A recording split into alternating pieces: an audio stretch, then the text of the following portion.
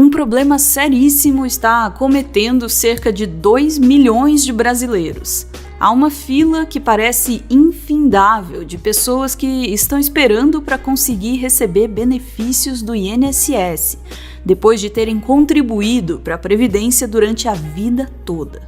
É gente que sofreu acidente e ficou incapacitada. São pessoas com deficiências que têm o direito assegurado de receber o benefício.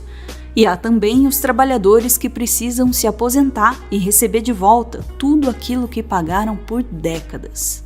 Ocorre que o INSS está enfrentando uma crise gigantesca, que tem a ver principalmente com a diminuição de servidores no órgão público. Falta gente qualificada para analisar os milhões de processos que estão na fila, e as ações que foram realizadas até agora pelo governo não estão resolvendo o problema. Ao contrário, muitas delas estão tornando esse buraco cada vez mais profundo. Dados levantados pela Band News mostram que há mais de 2 milhões de brasileiros hoje aguardando que seus benefícios sejam avaliados, e quase 500 mil pessoas estão aguardando o agendamento da perícia.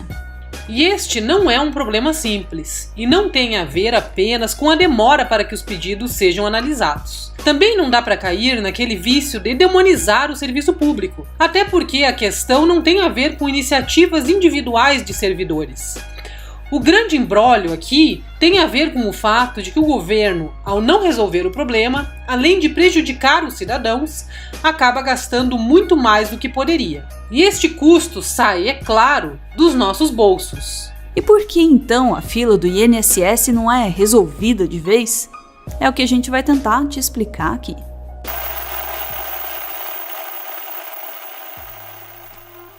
Maurício Teixeira Rosman, de 38 anos, talvez seja para muitos apenas um número dentro de uma estatística. Ele é um dos 2 milhões de brasileiros que aguardavam há mais de um ano que seu benefício fosse analisado pelo INSS. Mas Maurício não é um número, ele é um sujeito. E a história dele é a seguinte. No dia 21 de fevereiro de 2020, um sábado de carnaval, Maurício saiu à tarde com os amigos. Quando estava no metrô, em São Paulo, ele se encostou sem perceber no corrimão de uma escada rolante e acabou caindo de uma altura de 8 metros. Ele sofreu lesões seríssimas e ficou 9 meses internado. Maurício atuava como especialista em fretes de uma empresa de logística e contribuía com o INSS desde o início de sua vida adulta. Com um acidente, ele se tornou dependente dos pais. O seu pai, Sérgio Rosman, começou a enfrentar uma luta para que o filho pudesse receber os benefícios a que tinha direito. Sérgio buscou uma advogada especialista no ramo da Previdência para que auxiliasse a família, primeiramente a pedir o benefício por acidente. Mas aí começaram a enfrentar um empecilho. A pandemia, que começou a atrasar ainda mais o processo. E logo começou um calvário em torno da busca pelos direitos de Maurício. Em setembro de 2020, por recomendação da advogada, o Sr. Sérgio juntou todos os documentos e foi até o INSS para provar que Maurício não podia ir lá presencialmente fazer a perícia. Lá, ele recebeu a garantia de que seria possível fazer uma perícia domiciliar, em um período de 2 semanas. Mas isso nunca aconteceu. Quando questionado pelo jornalista Narley Rezende em uma reportagem da Band News, o INSS alegou que a perícia de Maurício nunca foi agendada por um erro de sistema. O problema, portanto, seria burocrático, mas não havia maneira que pudesse resolver. O processo de Maurício ficou parado, como tantos outros. A advogada de Maurício entrou na justiça em busca do benefício que ele precisava para continuar vivendo com um mínimo de dignidade. Mas, obviamente, os custos não param enquanto a fila do INSS não anda. E a família teve que se virar. Fizemos a gestão toda outra vez junto ao INSS e o problema era marcar O problema não. O caminho seria marcar a perícia dele, né? Aí, muito ingenuamente, depois de algum tempo, isso já foi lá por setembro, o INSS marcou uma perícia para ele ir numa agência do INSS ali na rua Butantã, em Pinheiros. Bom, só que tinha um problema, o Maurício não podia se locomover, não podia andar de ambulância, ele tinha problemas de traumatismo craniano sérios. Como é que eu te levo um paciente com traumatismo craniano para fazer perícia, né? O desespero da família de Maurício só aumentava. Enquanto isso, enfrentava os trâmites burocráticos envolvendo vários órgãos. Aí, no meio desse imbróglio, a reportagem da Band foi ao ar e repercutiu muito. Conclusão: 2 dias depois da veiculação da reportagem e 22 meses após o acidente de Maurício, a perícia do INSS foi agendada e feita, e ele pôde finalmente encaminhar o seu pedido por aposentadoria por invalidez. Por conta de todo esse atraso, os valores tiveram que ser reajustados. Ou seja, o INSS, no fim das contas, está gastando muito mais no pagamento do benefício do que poderia, se tudo tivesse sido resolvido com agilidade. E o problema maior é que o caso de Maurício não é uma exceção. Nossa advogada resolveu, depois de falar comigo, entrar na justiça, porque o INSS, pelo lado administrativo, não funcionava. Ela peticionou para o juiz, né? Entrou lá na fila dos processos, mesmo com a urgência que fosse necessária e tudo, e não andou. Aí o que nós fazemos no desespero, porque as despesas dele são altíssimas. Eu e a minha esposa, nós vivemos de aposentadoria, e não é nenhuma maravilha também, e ele sem receber nada. Fizemos vaquinha entre os amigos, os irmãos ajudaram. Eu fiquei com o saldo, estou com o saldo devedor no banco, no cheque especial até hoje.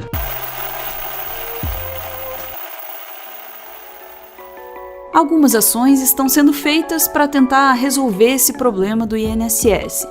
Mas a grande questão aqui é que as ações têm se mostrado ineficientes e a fila não tem diminuído, pelo menos não na velocidade necessária, tendo em vista a gravidade da situação. Os problemas aqui são vários. Primeiramente, o mais óbvio: a falta de servidores. Há 5 anos não são realizados concursos para servidores de carreira. O INSS reconhece esse problema e tentou remediar a situação fazendo contratações temporárias de servidores, como militares aposentados, para que lidassem com os processos parados. Segundo a advogada Adriane Bramante, que é presidente do Instituto Brasileiro de Direito Previdenciário, a ação não tem sido efetiva. Isso porque a complexidade do direito previdenciário no Brasil também faz com que a contratação temporária dessas pessoas não ajude a acabar com o problema.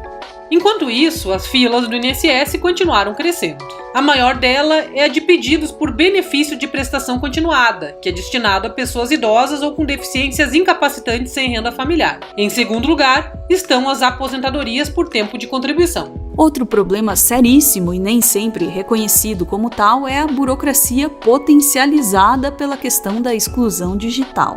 Nós explicamos, muitos dos trâmites para o pedido desses benefícios são feitos de forma digital. O problema é que muitas das pessoas que solicitam os benefícios são idosos ou têm pouca familiaridade com os processos digitais, como manejar com segurança os aplicativos e conseguir enviar documentos solicitados.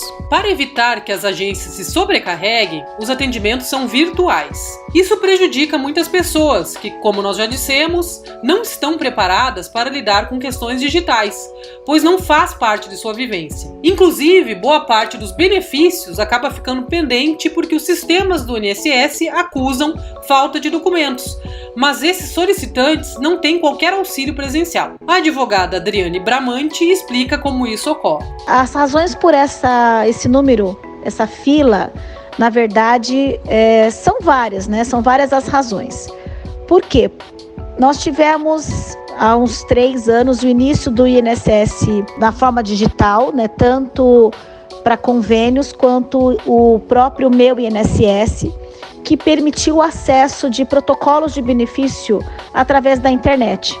Diferentemente do que acontecia presencialmente nas agências, em que os segurados tinham um agendamento para fazer, iam pessoalmente, de uma certa forma o servidor fazia uma triagem dos documentos e aquele que faltava documento acabava não protocolando o seu pedido, o que não acontece quando o pedido é feito na internet, porque o segurado vai lá, faz o requerimento, junta os documentos e aquilo tem que ser analisado pelo INSS de qualquer forma, estando certo ou estando errado. Então essa facilidade de acesso ao protocolo do benefício com o Meu INSS acaba aumentando o número de pedidos de benefício nas agências. Vale lembrar aqui que celulares e internet de qualidade no Brasil ainda não estão ao acesso de boa parte da população.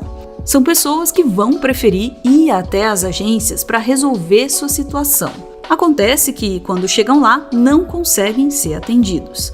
Muitas vezes, quem vai ajudar essas pessoas são os guardas do INSS, que, por maior que seja a boa vontade que tenham, não estão preparados para dar o auxílio necessário. Outro problema importante de ser mencionado tem um nome conhecido: a reforma da Previdência. Ela também impactou nos serviços prestados pelo INSS. Muitos servidores pediram a sua aposentadoria e, como não há concursos, isso colabora com o aumento da fila e diminui a possibilidade de que o órgão atenda aos pedidos das pessoas que precisam deles. E, por fim, vale mencionar mais um problema. O INSS adotou em 2018 um sistema de pontuação pelo rendimento dos servidores, que também pode prejudicar as pessoas que esperam para que seus pedidos sejam analisados.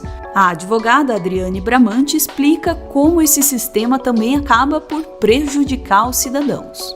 O sistema de pontuação, como que ele funciona? Existe uma resolução, então assim, para cada processo concluído ou para cada ato do servidor, ele ganha uma pontuação que depois vai servir para a gratificação dele no final do mês, né? Então essa pontuação, ela acaba, por exemplo, se ele conclui uma aposentadoria por idade, ele ganha, estou chutando, meio ponto. Se ele analisa uma aposentadoria por tempo de contribuição, ele ganha 1 ponto.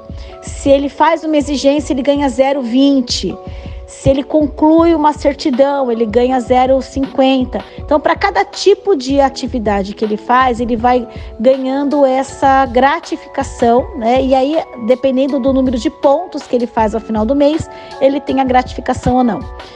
Aqueles processos que são mais complexos, que exigem mais documentação, ele vai levar mais tempo para concluir.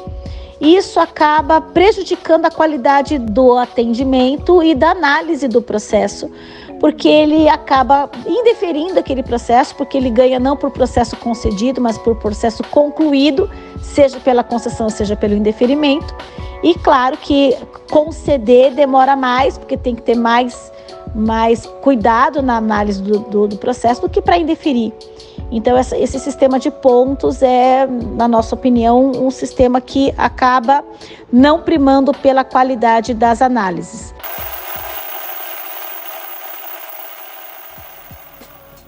Uma questão importante aqui, como a gente já falou, é que os atrasos nas análises e nas concessões dos benefícios oneram toda a população, pois os processos acabam indo para a justiça e, por consequência, a dívida só cresce. Segundo matéria feita pelo repórter Narley Rezende na Band News, já há um estudo feito pelo Tribunal de Contas da União que mostra que um processo administrativo normal, que fosse lidado por um número de servidores suficiente para dar conta da demanda, custaria em torno de R$ 900. Já a judicialização de um processo, ou seja, quando uma pessoa vai atrás da justiça para correr atrás do seu benefício, acaba quase quadruplicando o custo do mesmo processo para o INSS. Ela passa a onerar em quase R$ 4.000. Esse valor inflaciona por várias razões, como a inclusão de precatórios, que são os custos judiciais que o governo passa a ter que pagar depois de uma condenação.